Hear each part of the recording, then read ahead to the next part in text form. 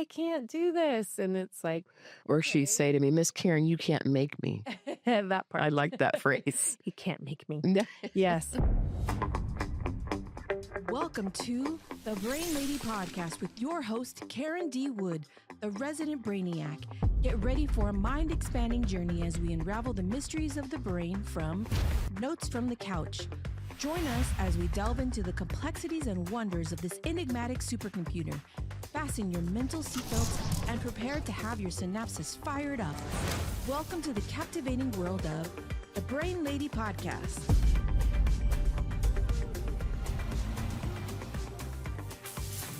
Hello and welcome back to the Brain Lady Podcast. I'm Karen Wood, and we are excited that this podcast is holding us at the 9.99 thousand mark, and we are excited that this one's going to launch us over the 10,000.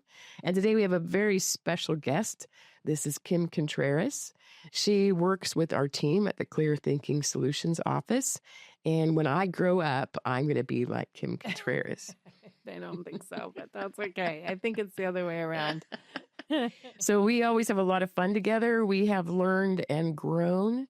She was the one that asked me to write the trauma training a few years ago, the 3-part trauma training that we do in response to working with human trafficking in our Central Valley. So today is going to be one of the heavier ones. So we're giving a little caution for kids around for this will be part 1 and part 2.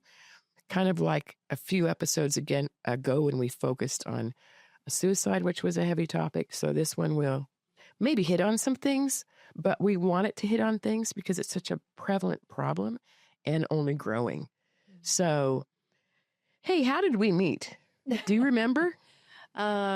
It seems like it's been forever. It's been at least 10 years, maybe more like 15, I think. Probably, getting close to that for sure. I think it's more 15-ish, Yeah. Well, because our family started to learn about clear thinking through a friend. Mm-hmm. And it was really intriguing to learn about the brain and all the ways that we could really see it grow and how we could manage stress and tension and anxiety, which I've been doing urban missions work for 31 years. So there's a little bit of that goes on. Quite a bit of tension. You want to describe where you live? Well, I live in a really great community that's very diverse and just really love being there. I've been there for 22 years, but it is off First in Belmont.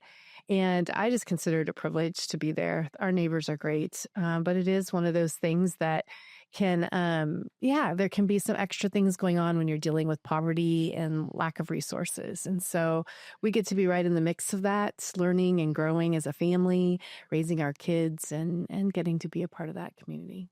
And I came to your house one time because you were doing a Bible club, which was really cool. Mm-hmm. And we worked with a bunch of kids. So you do that kind of thing in your house and just right smack there in the middle, which I just think is so exciting. Mm-hmm. Yeah, I remember that Bible club actually. And we got to share with the kids how their brains worked. We walked them through the 4-step clear thinking method. And probably my favorite part of that was we had a 6th grade boy who prayed, which 6th grade boys don't pray. That was just not a thing. But he prayed and he thanked God that there was a way to handle his anger. And just, it was beautiful. It was one of those moments where you're like, oh, thank you, Lord. This is why we do this. Exactly. Yeah. And then we had another boy who made a drawing. Do you remember that drawing where he drew himself in a closet? And then he drew himself underground and then he drew. So we contacted people, pulled help right in. Yeah. The little guy was going through something really serious. Yeah. But you and I are blinking at each other a lot. What do we see do? Something here. Not our average drawing. No. Yeah. Yeah. So getting to be there in those moments and then also just learning as you do it, as you walk with people, obviously it expands your love in your heart. It sure does. And there's nothing ever wasted. Yeah. And so you kind of are in the Fresno Valley, one of our gurus for frontline human trafficking work. So do you want to describe that, how you came into that, what that is in your life, and how long have you lived in the Fresno area? I've been here for 31 years. 31 years. Mm-hmm. Yeah. And how did you find yourself being one of the frontline Fresno people on human trafficking work in the Valley? Well, I don't think of myself that way. It's been part of my life, I guess, more than anything, is just living in a community, getting to know your neighbors and walking through whatever's there to walk through together. So my first time really walking through that with someone was about 30 years ago. And it was a gal who was a mom of one of our Bible Club kids. And she had invited us into her home. We'd gotten really close to her, got to know her and her family. She was hosting the women's Bible study in her home. And then things just took this really crazy turn when her boyfriend got out of jail. And I think, up to that point, I had, read a lot of books, understood that this was a dynamic, wanted to be involved with women that were in that place, but we didn't have the language. We didn't have the understanding of how it all worked. And so through that relationship, I really began to see that there was a whole nother dynamic involved. And so when her boyfriend got out of jail, he put her back out on the street. And I knew, because I knew her, that that's not where she wanted to be. No. That was not how she wanted to follow the Lord. And so it just really became this moment of just kind of understanding that what we were looking at was not just a woman standing on a corner.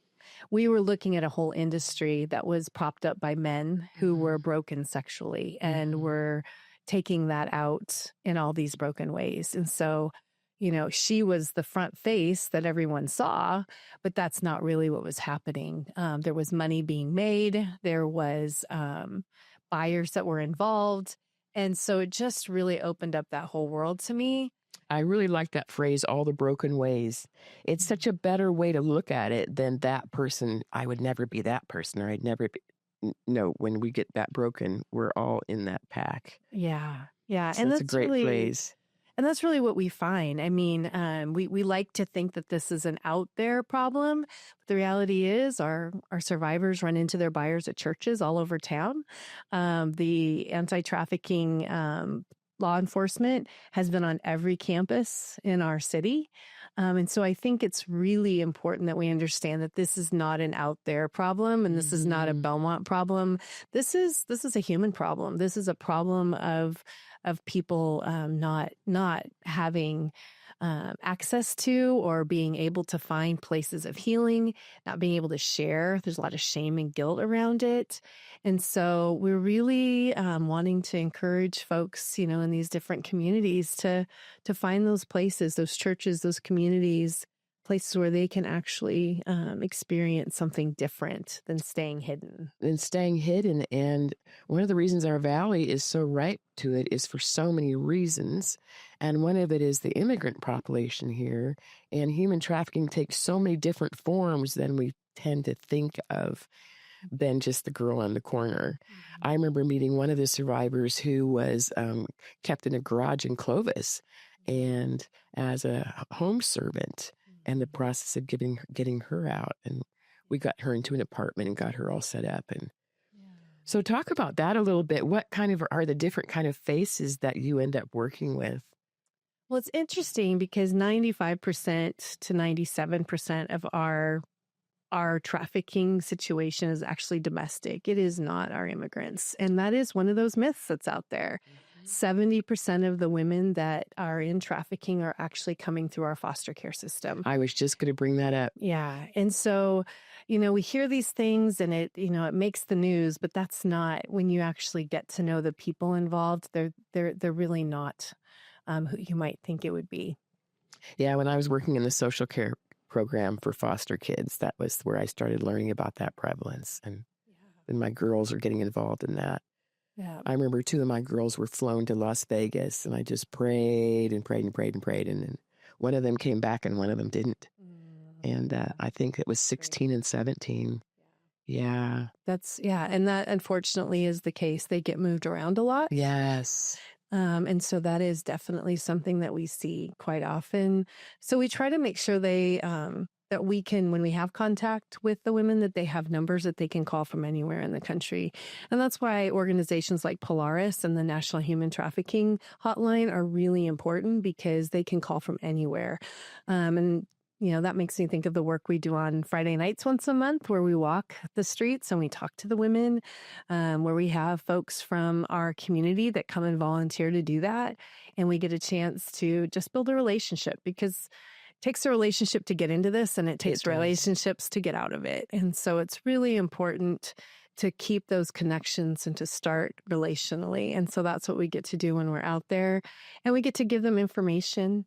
And we had one gal who came into our safe house, and she was like, I feel like I know you guys. And it's like, you might have met us. And so as we talked, realized she had gotten one of the cards from us, one of her first times out on the Lottery Street. And she had held on to that card. And so what really, really encouraging thing is that she kept running into, she called it people like you guys. I kept running into people like you guys wherever she went. And so that is what we have heard from our survivor community, is that it really matters that we go out there, because even though they may not be in that moment ready, it keeps stirring that hope and seeing people who are willing to just see them as, being made in the image of God, which we know everyone is. So to be able to see that in folks, and to be able to identify that and speak to that, and to pray if they're willing to have us pray, which often is the case. And then we get to leave them with a little gift. And that's just a way to say, hey, we could be here. We really, that line between us and them really disappears when you go out there. And we'll be back. Okay. And in Clear Thinking, and you've seen it in other podcasts, we try to talk about it every week for a reason. We talk about the 4 steps of noticing the tension. What's the outcome of the picture without acceptance? What's the outcome of the picture with acceptance? And notice the tension. And how do you find you use those personally when you're on the streets and you see her walk away again? How do you, and your heart, use that clear thinking method? Thank you, Phil. It's on the screen. It's wonderful. How do you use that personally for you when it gets heart-pullingly tough? That's a great question. I think, and when we're out there, you kind of need to make the picture before you get out there. Yes. So the picture that I have, has obviously changed over the years. And probably the one that I hold on to most is that picture of her walking back in, because you do see them walk away. You see them get in the car. You see the buyer. You see all of it. And it can be really like, oh, is this making a difference? But in that moment to go, oh, but wait, to see the picture, to feel that tension and go, okay, I can't engage with the next gal down the street if I stay in this place. I need to find that picture that says, okay, but I've seen them walk through the door and come back. And I've seen them reach out by text when we've given our number out.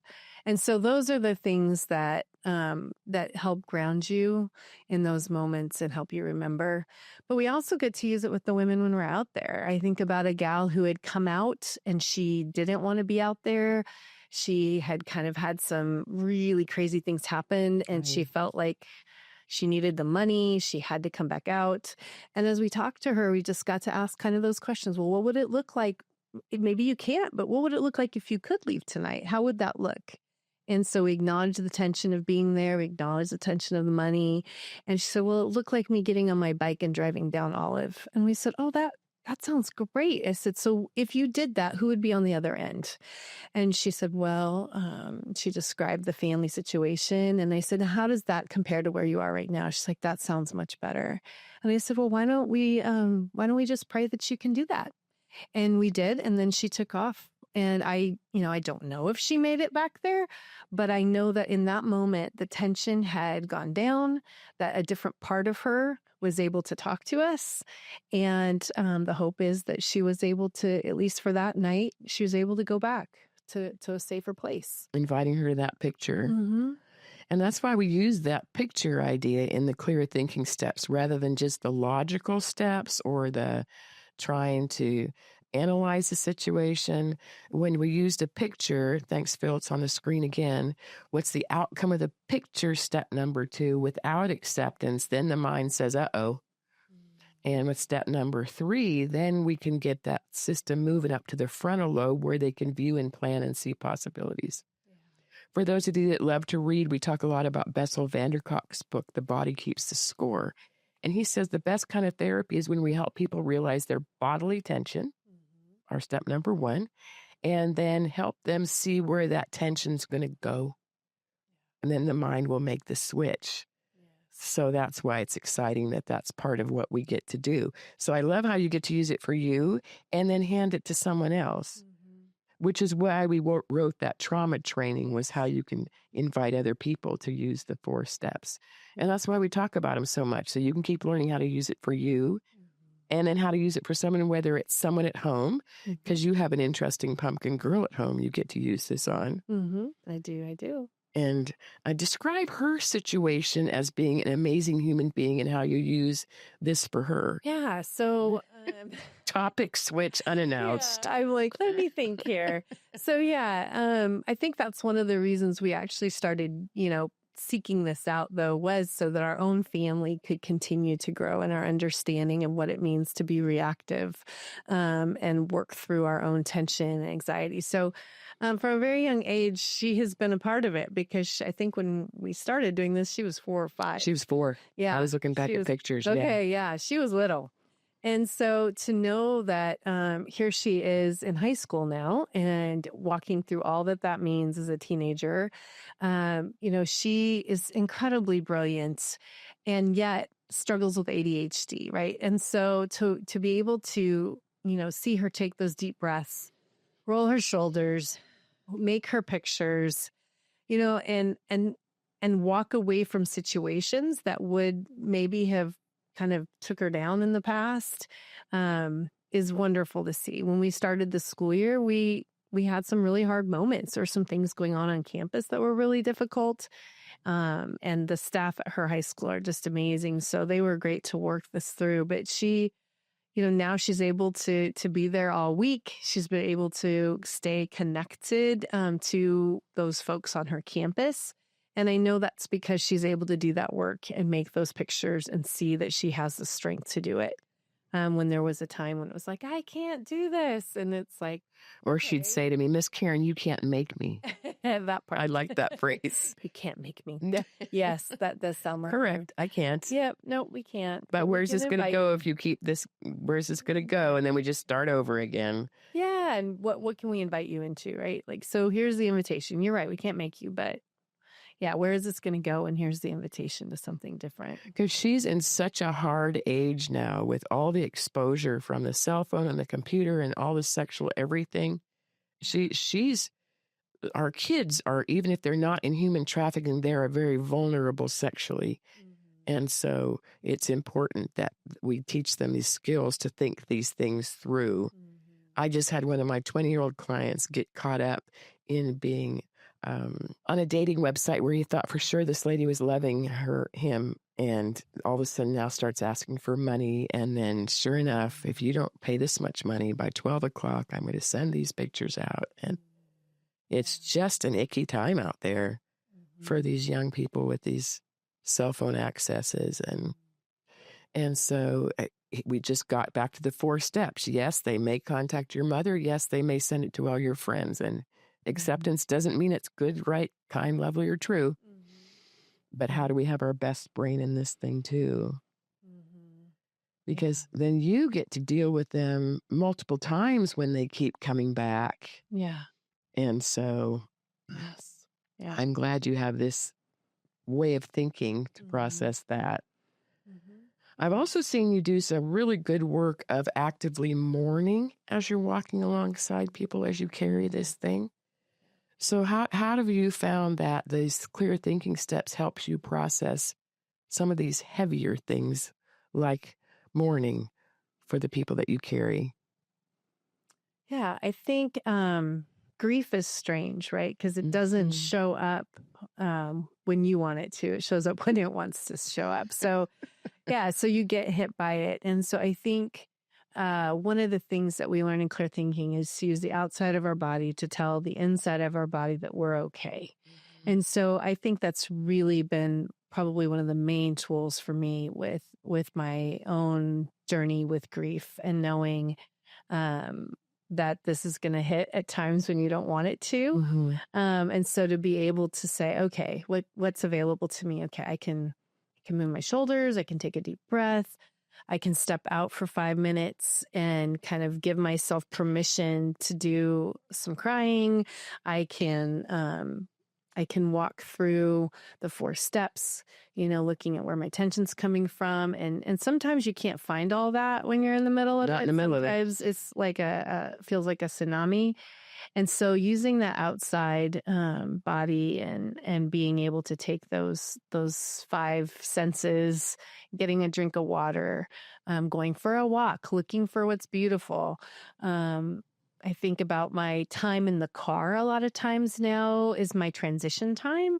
So when I left something hard and I'm going to something else, that's that moment where I can kind of like notice what's outside my window, look at those clouds, go through what I'm grateful for. Because when you can find gratitude in the middle of the grief, that can really be like kind of this pull you up above the waves moment.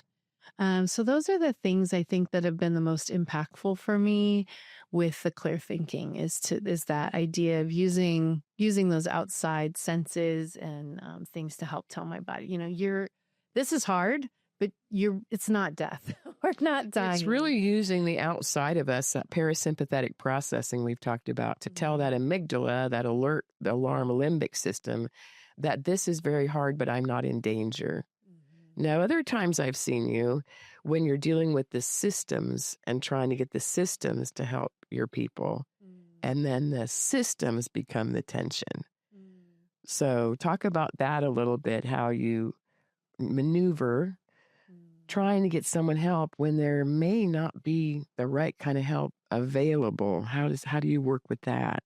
That's an interesting question because I think that's an ongoing thing. It's not one that you solve, right? So it's one of those ones where you are aware that it's happening and yet you have to work toward managing your own reactivity so that hopefully this other person across from you will be willing to open a door that could be opened. That's the part thing. that's frustrating, yes. Is that that what you're asking for is possible. And so I think some of it is trying to help that person that's across from you even find a way to help them de-escalate, because in that moment, their tension is high.